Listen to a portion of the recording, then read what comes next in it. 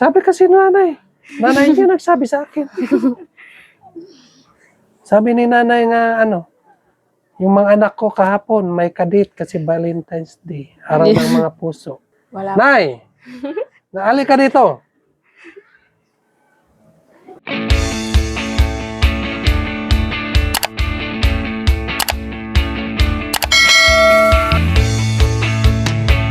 Once again, magandang araw sa inyo lahat mga kababayan. So, dito muna ako sa may purok. Nagpapahinga muna ako mga kababayan. So, puntahan natin sila Divine ngayon. So, dito pa ako sa purok kasi nandito yung mama niya. Kakausapin muna natin yung pama niya. Nay! Bakit ang happy-happy mo ngayon? Parang happy ka ngayon Di pa kayo karon ba? Lipay ako to. Smiling kayo ka. Alam mo ba nga kahapon ay araw ng mga puso? Valentine's. Oh? Uy, Binigyan ka ba ni tatay ng bulaklak? wala. Ha?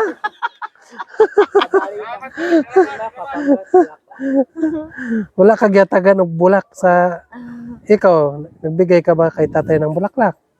Wala. Wala? Ano yung ginawa niyo kagabi? Ah, Kahapon? lipay-lipay. Ay, naglipay-lipay. Wow. Naglipay-lipay kayo ni tatay sa pagkagabi.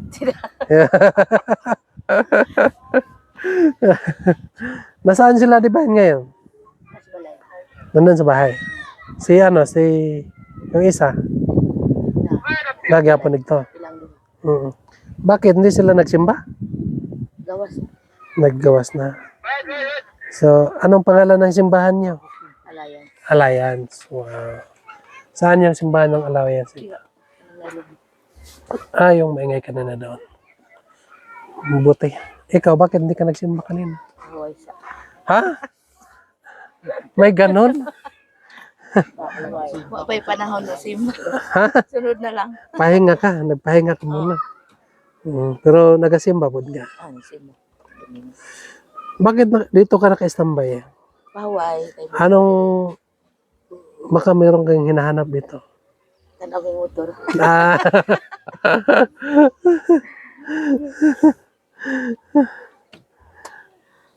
Maganda na yung kalsada niyo. Simentado na.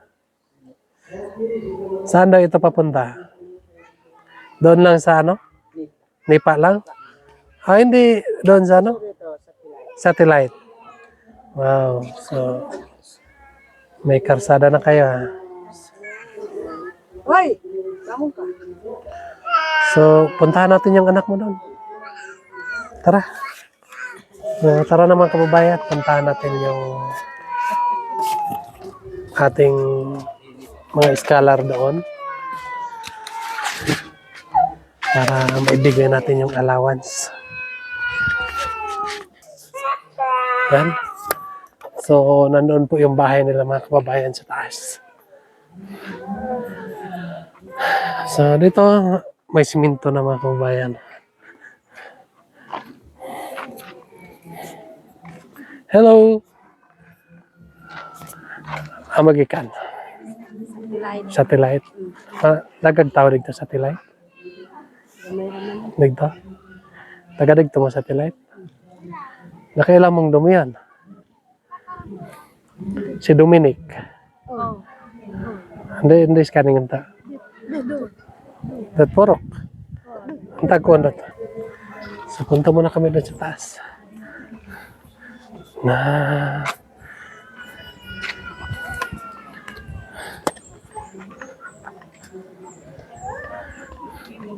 Mat kaya ka? Kaya bahay na yan? Ha? Mat kaya ka no? Para hindi kamay no? Kaya na no? Dara lang.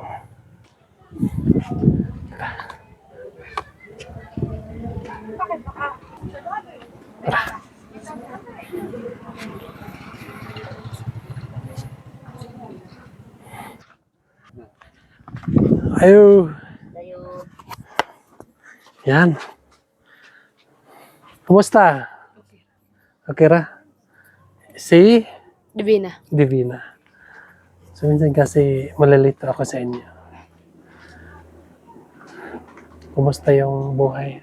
Okay lang po. Lang. Saan yung ate mo? Nandun sa salon. Nandun sa salon. Buti wala kayong, ano kayo, ngayon, lakad. Saan kayo galing kanina? Nandun po sa kapitbahay. Nagsimba kayo doon? Opo. Nagsimba kayo sa kapitbahay? So, kumusta yung pag-aaral mo? Okay lang po. Tawagin mo yung kapatid mo. Ay, kumusta? Dito kayo. Po kayo dyan. So, kumusta? Okay ra. Ayos lang. Malapit na yung closing. Malapit na kayo anong grade mo ngayon? Grade Ikaw? 8, 10. Grade 10. So, may grade 11 ba dyan? So, sa Pakibato. Mapula. May sa Mapula. So, balak mo sa Mapula ka lang mag grade 11. Opo. Ikaw, dito ka muna Opo. hanggang mag grade 10. Yan. So, kumusta yung pag-aral? Okay naman po. Okay. Okay ra. Wow. So, nagkita kami ni nanay doon. Sabi ni nanay sa akin nga, di ba kapon may Valentine's Day kapon, di ba? Opo. Sabi niya sa akin nga may kadit on. Huh? Wala. Sabi kasi nanay. Nanay niya nagsabi sa akin. Sabi ni nanay nga yung mga anak ko kahapon may kadit kasi Valentine's Day. Araw ng mga puso. Ha? Wala. Nay! Naali ka dito. Di mama. Sisugpa naman ako. Di ba sabi mo kanina, dali, umumpo ka dito. Di ba sabi mo kanina nga, yung mga anak mo kanina, kahapon may kadit, dalawa. Ha? Di ba yan sabi mo, doon tayo kanina. Wala. Ha? Di ba sabi mo sa akin nga, sir, mayroon akong isabi sa iyo. Wala, oy. Sabi ko yung mga anak ko kagabi, kahapon may kadit. Dahil araw ng mga puso. Babae lang ang gidit, sir. Babae. May kadit ba? Totoo bang siya nasabi sa nanay?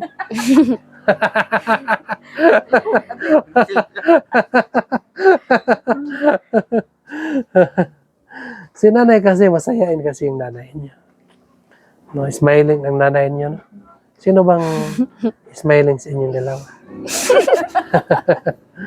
Sino ba yung mana sa nanay niyo? Nagmana ba kayo ng nanay niyo? Wala po. Hindi kayo smiling? Si nanay parang walang problema. 'Di ba? So, smile lang si nanay. Unsa pagingani mo na? Merlin. Merlin. Wow. So ngayon, joke lang, no? Binubiro ko lang kayo. So, alam ko naman yung mga mababait ko kayo. No? Alam ko naman po nga mabait kayo. So, focus muna sa inyong pag-eskwela. No? Huwag mo na mag-uyab-uyab. Para may pagpatuloy ang inyong pag-eskwela. At saka, makatulong din kayo sa mga magulang niyo. Diba? Opo. So, ilang taon ka na ngayon? 15. Ikaw? Mag-18. 18 ka na? Kailan ka mag-18? Bukas. Bukas? Wow! So, birthday mo pala bukas. Opo. Anong handa mo? Ha? Wala kang handa?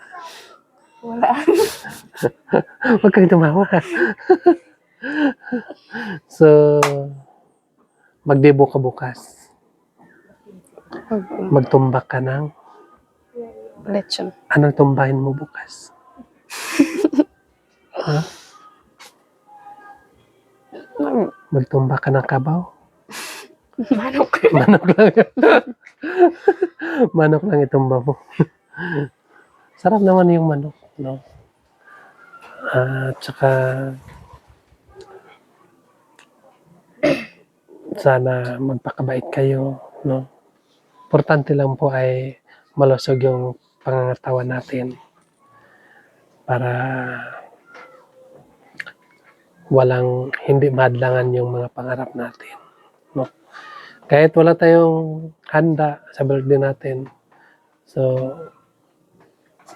importante na maayos yung pangangatawan natin. So, happy birthday pala para bukas. So, wish ko lang po sa'yo, mag-aral ka ang wish ko lang po sa'yo ay magpakabait ka lang. Laging masunurin sa magulang mo. So, huwag mong kakalimutan yung mga payo ni Sir Paul sa'yo. Para po ay gaganda yung buhay niyo. Gaganda yung kinabukasan niyo. Dahil, alam niyo, sobrang hirap kasi pag hindi tayo matuto, hindi natin sundin yung mga payo. Tingnan mo yung mga scholar namin na nag-asawa na ngayon, hindi na nagtapos sa kanilang pag-aaral. Sobrang hirap po ang buhay. So, nandoon na, mag-journal na sila doon. Sobrang hirap, di ba? So, mas mabuti yung mag-aral muna, bago muna mag-uyab-uyab, no? Opo. Para maayos yung kinabukasan. Tingnan mo yung mga magulang natin na walang pinag-aralan. Di ba? Sobrang hirap. Opo. Halos yung hindi sila makapaaral sa atin dahil wala, kapos talaga. So, yun ang ilagay niyo sa isip niyo, ilagay niyo sa utak niyo nga sana unahin mo na yung pag-aral bago yung iba, di ba? Opo. So, ikaw, ano yung pangarap mo? Pag makatapos ka sa pag-eskwela, ano yung kurso nga kunin mo? Pangarap ko maging pulis. Ikaw yung pulis. Ikaw, Pulis din. pulis. Para, Para makatulong ako sa aking pamilya. Para mapatayo ang sila ng bahay. wow. So, may pulis ka na, nanay, ah.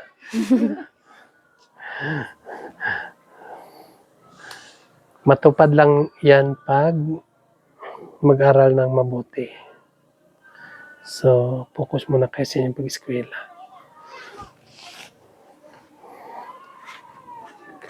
So, ngayon ay magbibigay ako sa inyo ng allowance nyo. Ambis na cellphone mo. Ayun po mga kababayan, papasalamatan ko lang po ang ating sponsor. Sponsor po ni Jodian, si Tito Lito Rivera. Maraming salamat po sa iyo. Nagpapadala po siya ng 5,000. So, malaking tulong na po ito para sa kanilang pag-aaral, no? At pambili nila sa kanilang mga gustong bilihin. So, sana yung pera ay ibigay sa inyo ay gamitin nyo sa tama. No? Ibilin nyo sa mga kailangan ng school, pangbaon nyo. At focus lang kayo sa inyong pag-eskwela. No? Para meron tayong ipakita din sa sponsor nyo nga grado nyo. No? Nga matataas ng grado. No? Para masaya naman din yung sponsor. At saka, by divine, no? Pugong Biyahero, nagpapadala po siya ng 3,000. No? Wala ka pang sponsor ngayon. Ang Pugong Biyahero muna ang nagbigay sa iyo ng sponsor mo. Opo. Siya mo nang nagbigay ng pera para sa iyo. No? So sana po ay may mag-sponsor sa'yo soon, no? So,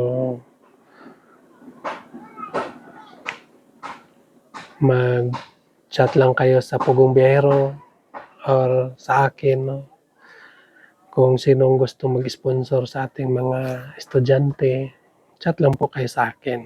Sa gusto lang po. Para makatulong din tayo sa kanila. So ngayon ibigay ko sa inyo. So ngayon ay ibigay ko sa inyo itong allowance.